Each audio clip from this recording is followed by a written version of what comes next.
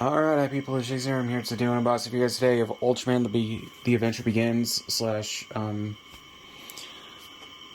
Ultraman USA, the latest Blu-ray from Subaraya and Mill Creek and everything, and there are a few things we are going to talk about when it comes to this release. So hold on a minute before you leave your comments. So this is an anime film from 1987 that was a co-production with Hanna-Barbera Studios and, or Productions, whatever. The creators of shows like Scooby-Doo and the Flintstones, the Jetsons, a bunch of those old, like, 60s to 70s, even into the 80s and 90s, like, American cartoons that, later got absorbed into Warner Bros., and they're continuing only really one of those franchises. But yeah. Although the Flintstones did get a movie with WWE for some reason, but yeah. Nothing else, unfortunately. But yeah. I'm sorry for all the dust that's flying in front of the camera. But yeah. But they co-produced with Subaraya.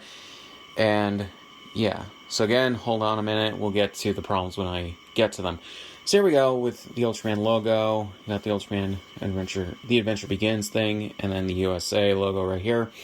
This is one of the original, I believe, posters for the movie. So, yeah. With the kaijus in the background, with Earth, the space, and everything, and the three Ultra people on it.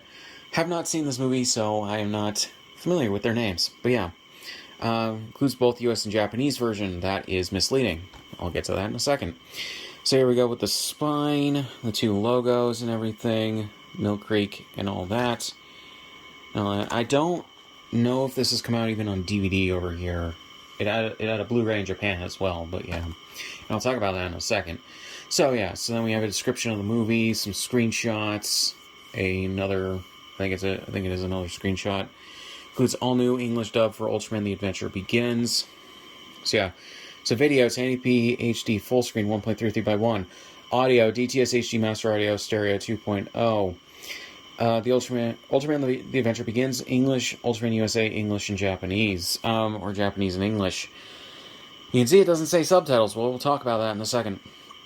Approximate runtime, Ultraman The Adventure Begins, 78 minutes. That is misleading as well. Technically, it's 75 minutes, because it is shorter credits. Ultraman USA, 78 minutes. They're both in color, TVPG. This is region free, and all that. Subaraya, and all that. So here we go with the Blu-ray case, which this is also, I believe, one of the posters for the movie. One of the Japanese ones. It looks pretty good. It's more stylized and everything versus this. So, yeah. You got the kaiju in the city in the background, all the characters in the foreground, the Cthulhu-looking guy right there. Ultraman The Adventure Begins logo and the USA logo again. The spine. And then the back. Then on the inside you just got the disc with the two cuts of the movie. Now, let's get to the bad things about this release. I cannot recommend this release if you are looking to get everything in a watchable format. So, it said there's a brand new English dub on the disc. There is. Basically, for some reason, Subaraya could not clear, I guess, the rights issues or anything with, assumingly, what would be Warner Bros. Nowadays. Yeah, because Hanna-Barbera would own half the rights to that, at the very least, that, like, audio, and Subaraya would own the other half. And yeah, and then, when it comes to that, trying to figure out how to word this, basically, when they, were going to release this here in America, they needed to redub it into English. So they have a newer voice cast. The dub was produced by Okatron 5000, Chris Sabat's studio. Chris Sabat, you may know, employee of Funimation, now Crunchyroll, who has produced and directed many different dubs for them. Mainly the Dragon Ball dubs up until... The only ones he hasn't done, I think, were GT and Daima. maybe some of the movies, but yeah. But he has directed a lot of other stuff for the Dragon Ball franchise, for Funimation, now Crunchyroll. But yeah, as well as being the voice of Vegeta, Piccolo, Yamcha, and a whole smattering of other characters in that franchise, as well as having at least one voice role in every other production for those companies ever since. But yeah, so his company has produced all of the newer Ultraman dubs that have been thrown onto the Mill Creek discs, like Ultraman Z and Decker and whatever else that has been dubbed in the last several years. Since Tsuburaya has been really trying to push Ultraman worldwide and get as much of an audience as possible. So, yeah. So they produced the new audio for this. I can understand that mainly just if it was for just the Japanese cut of the movie, which it's the same as the original English one, so I don't know. Now, in Japan, they had the audio for the original English audio. Planning on going to Japan again later this year, so I'll try and look around to see if I can find a copy of it in a book off or something like that. But this release does not have that audio. If you're looking for that audio, if you are a fan of it, or if you're even just curious about it and you want to watch it, this release does not have that audio. So yeah, this is seemingly due to rights issues. Now, that is mostly understandable, even if some people will be pissed off by it. What is inexcusable, however, for this release is, like I said, there are no subtitles for the Japanese audio. Now, the Japanese dub was produced a couple years later, so it would be based off the English script for the English version of the movie. So, basically, you should just be watching this in English to get the full experience and everything.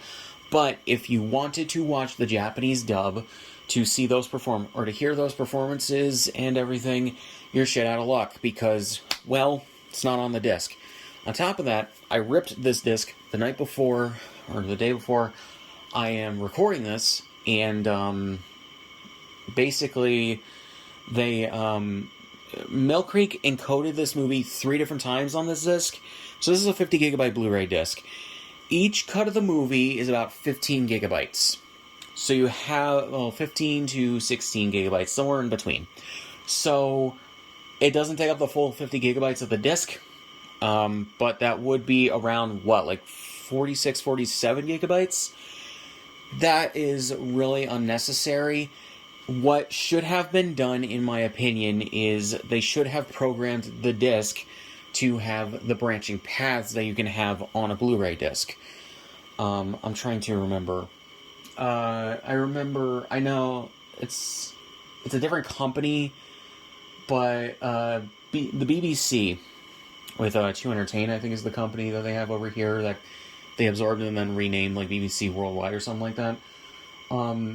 They used the branching pathways that you can have on a Blu-ray disc to have the optional special effects, or optional new CGI special effects and whatever else on the discs of their classic Doctor Who releases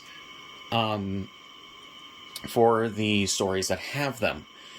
And what should have happened here is you had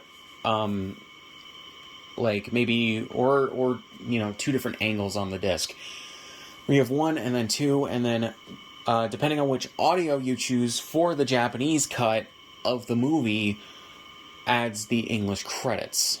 But yeah, so it really just doesn't make any sense to me why that is like it is. But yeah, and just not including subtitles on the disc for the Japanese audio for those who want to watch the Japanese dub, that is really stupid.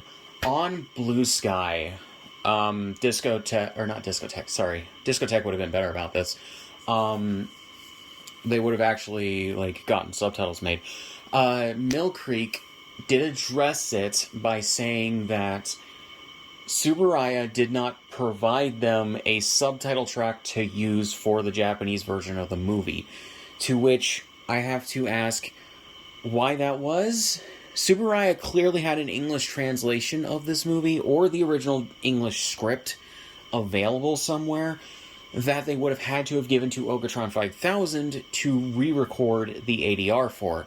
So it just doesn't make any sense why that would be.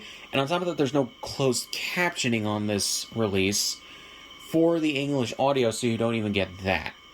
And like I said, the Japanese dub would be based on the English script, so I don't understand that at all.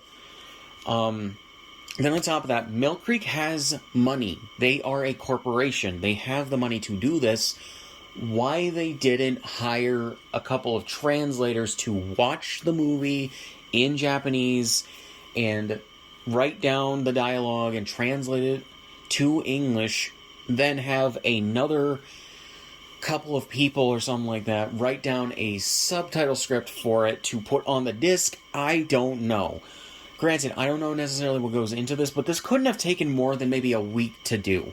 You would have maybe a couple of days for the translators to properly write down and translate the dialogue into English, and then you have a couple of days for the video editors for this disc to properly time the subtitles for the dialogue for a subtitle script. It's like, it's just weird that was to happen.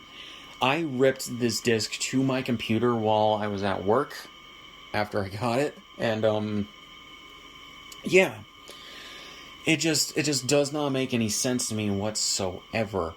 And it's like, so if you're planning on watching the Japanese dialogue, or the Japanese version, or the Japanese dialogue with the Japanese cut of the film, hope you're like raw dogging it, because like it just does not, it's not going to be great.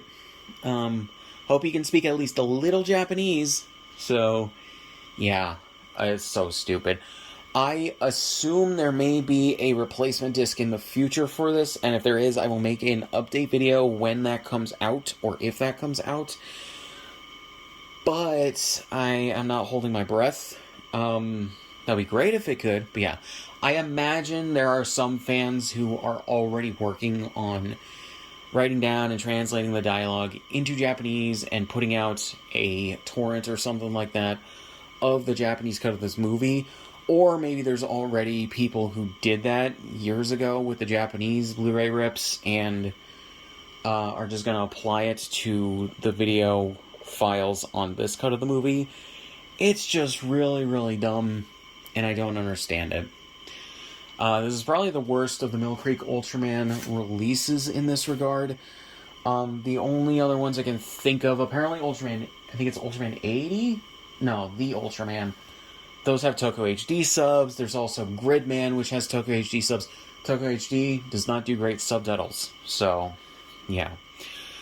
But at the very least, though, this is still mostly watchable because you can just flip it to the English audio and you're good. But if you're looking to watch the Japanese version of the movie with the Japanese audio, you're shit out of luck. Sorry. But yeah. So, yeah, and for the most part, I don't have many real complaints about most of these releases that I've gotten at the very least. The only ones I have really a problem with are the steelbooks for the first 7 Ultraman series, from Ultra Q to Ultraman Leo, that I got, because there were a bunch of those discs that got scratched to hell, because, like, stacked discs, and the discs, like, spun around as they were in transit and everything, and that ruined several of the discs in parts. To which I had to get the regular releases because those discs didn't get scratched up, thankfully. But, yeah, on top of those releases just being better, I think, aesthetic-wise for the packaging. But, yeah. But yeah, so basically just, yeah, the next one that's going to be available is Ultraman Decker, so, yeah, that's going to be within a month. I'm expecting that release to be better than this, because I think that is an English dub. I could be wrong. But it's also going to have English subtitles and everything. It's going to be a more complete package. So, Yeah, that's basically it. So, I really don't have much else to say. So, links in the description, all my shit. Subscribe if you want, and I'll see you guys in the next one.